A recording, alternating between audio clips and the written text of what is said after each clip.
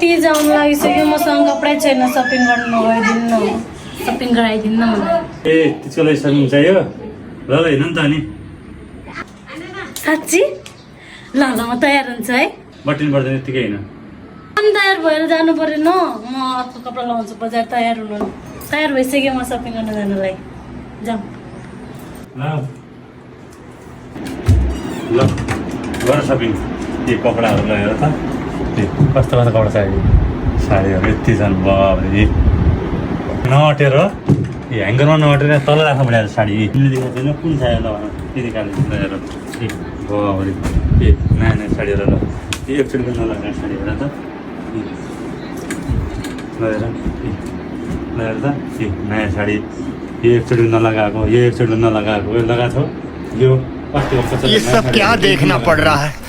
अच्छा है मैं अंधा हूँ